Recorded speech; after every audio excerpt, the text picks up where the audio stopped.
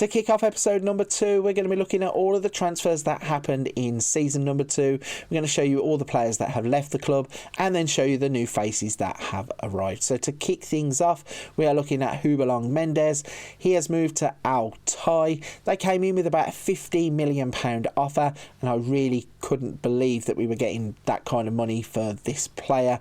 Okay, he's a decent player, but he's not one that I would have put that kind of money on. And when the money comes from the Middle East, you just take it and allow them to move on. The next player to go was Luis Suarez. Now this one was bitterly disappointing.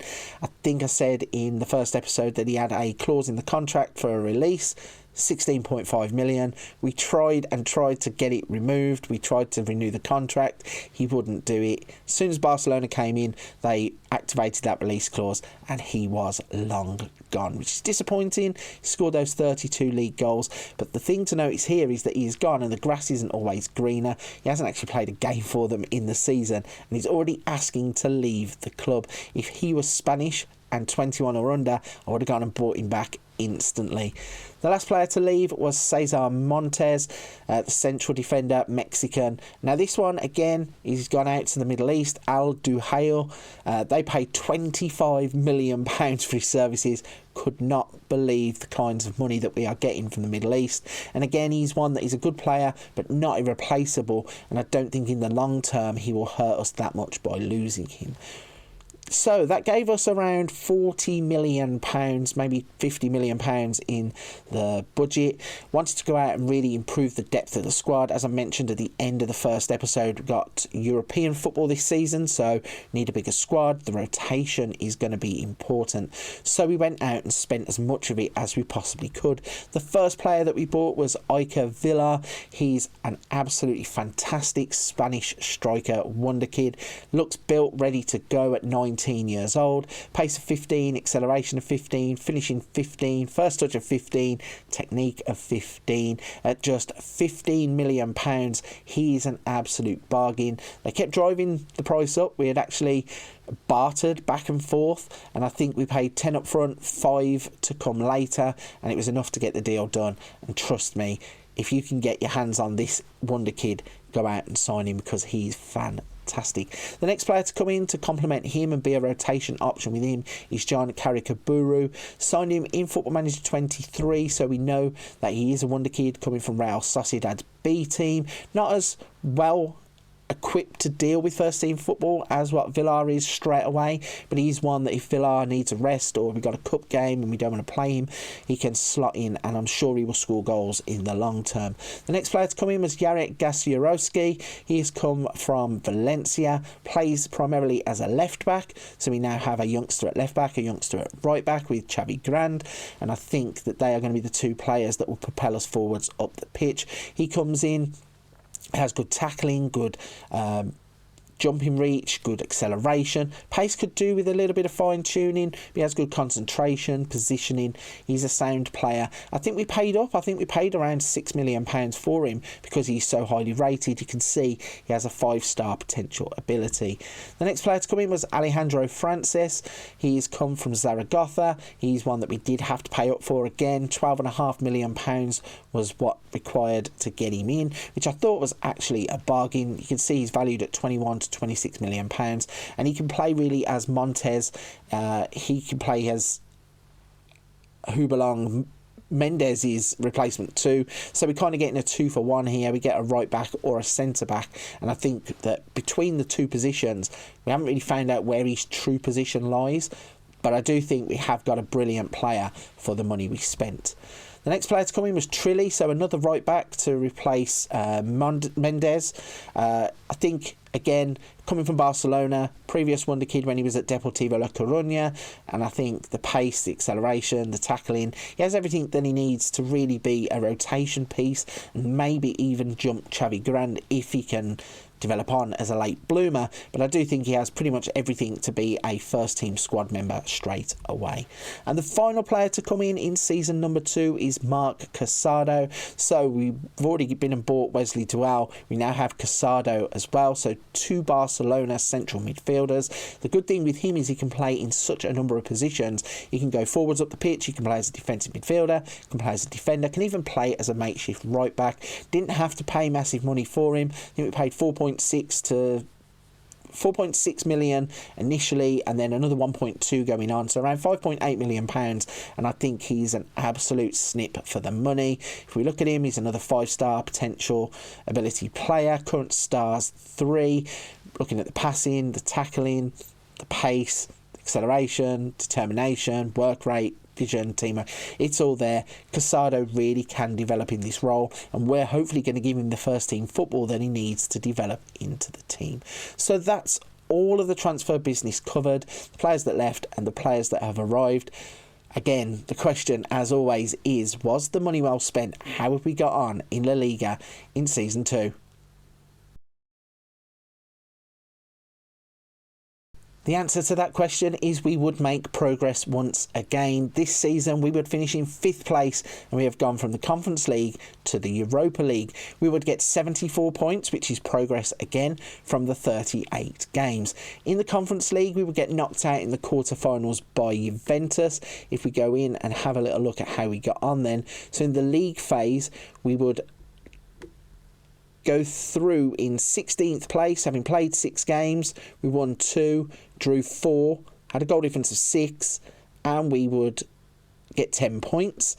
That would put us through into the knockout playoff round, where we would come up against Olympia. We would beat them 5-1 on aggregate, and that put us into the round of 16, where we would come up against Augsburg. We would beat them 2-1 on aggregate, and then into the quarterfinals, where we would come up against Juventus, and unfortunately they were just too strong. They would beat us 5-1 over 2 legs to knock us out in the quarterfinals. In the Copa del Rey, we would be knocked out in the 4th round once again by Real Betis this time. So back to La Liga, and let's show you what happened. From the 38 games that we played, we would win 23 times, we would draw 5, we would lose 10 times. We'd have a goal difference though of only 20, which would expose us in more ways than one, and we would finish on 74 points, which is progress from last season. We'd only finished 1 point behind Atletico Madrid, and very, very nearly got into the Champions League at just the 2nd season. We did though finish 1 point behind Atletico, 6 points behind Valencia, and the top 2 continue to be Real Madrid and Barcelona, and they are in a completely different league to ourselves. If we go into the squad and show you what happened in terms of the goals and the assists, so Arribas was actually our best player across the season. He got 23 goals and 10 assists, but Iker Villar came in and instantly made himself a name at the top of the pitch. 26 games played and 21 goals from those 26 games as a starter. Further down, Largi Ramzani got 20 goals from 46 games and chipped in with 11 assists. And then Karikaburu, as I said, as a rotation option, but played actually more games than what Iker Villar did. He got 14 goals and 5 assists from 30 starts. Further down you have some assists for Edgar. He chipped in with 7. Even further down in there you had Sotelo, who got 9 assists also. In fact, I missed him off completely. How stupid of me. We signed Hugo Sotelo as well. I wasn't prepared with how much we paid for him, so we paid £5 million for him from Celta Vigo, another one who plays in the centre of the park. Absolutely stupid for missing him off, because he is a fantastic player. So that's the competitions rounded up. A 5th place qualifies us for the Europa League. Conference League, we did well to get through to the quarterfinals. They wanted us to be competitive at the end of last season, so moving into this season in this competition, and we did more than that. We got through to the quarterfinals, and the Copa del Rey was another 4th round knockout.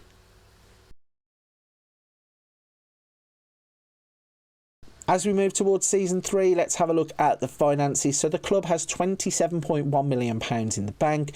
We have a transfer budget for season 3 of £11.3 million, which is a decent enough amount of money to spend. Not too sure whether we can go and buy multiple under 21s players, but we certainly can go out and try and target the ones that we need and maybe just buy one standout player. In terms of the wage budget, it's up to 618,000. We're only spending 513,000, so there is a good amount of money in that wage budget. Looking at the club vision then, going forwards to next season, actionable objectives to work within the wage budget, be competitive in the Europa League, finish mid-table in La Liga. Then our contract expires at the end of next season, but it will get renewed because we are doing a great job. In terms of the feedback, we get another B from the board. Last season's successes remain fresh in our memories, and our appraisal of your current performance take that into account, and they're happy or very pleased with our overall leadership of the team. Our job security is secure. If we go into the supporters, they now want us to play attacking football, play entertaining football, play high tempo pressing football, make the most of set pieces. They give us a B also.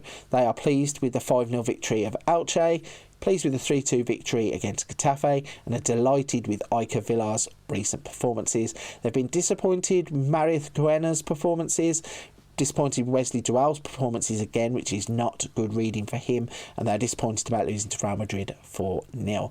So all in all, we have got some pretty good feedback, and I think it's something to build upon going into season 3. So let's have a look at the squad as we are heading into the new season. So as always, we're going to look at the squad in two different ways. I'm going to run through what I think is my best 11 going into season 3.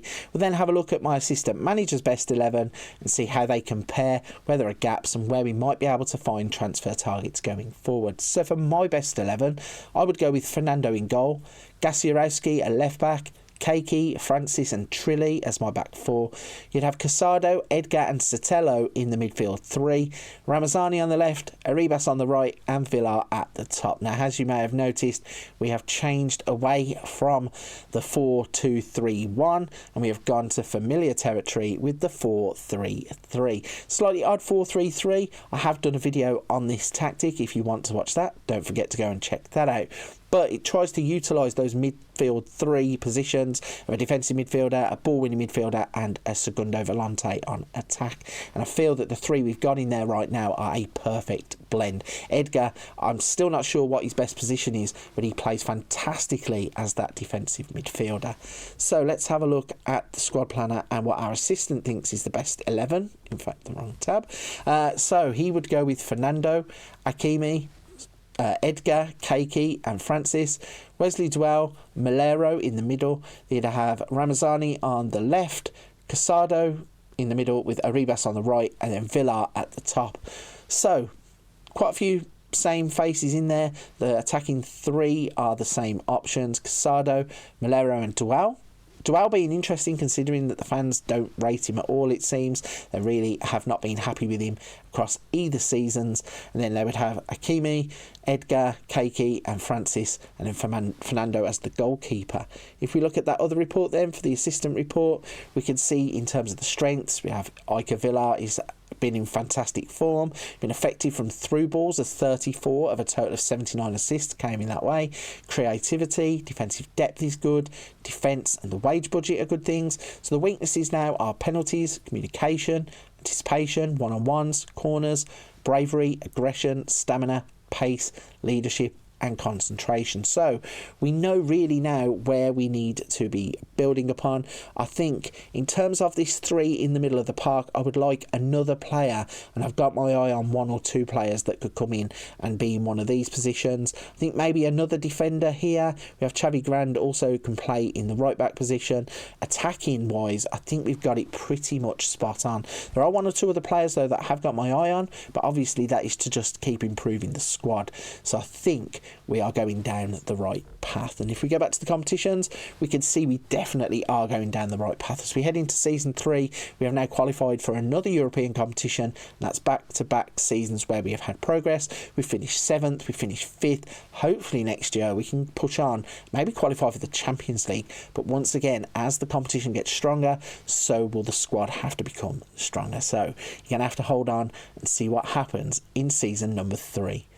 Right then, if you're still with me at this point of the video, firstly, a big thank you. Secondly, if you could hit the like button and subscribe to the channel, I really would appreciate it. I cannot thank you all enough for the support you've given me across the past couple of months. It's been a fantastic journey so far, and it's all down to people like yourself.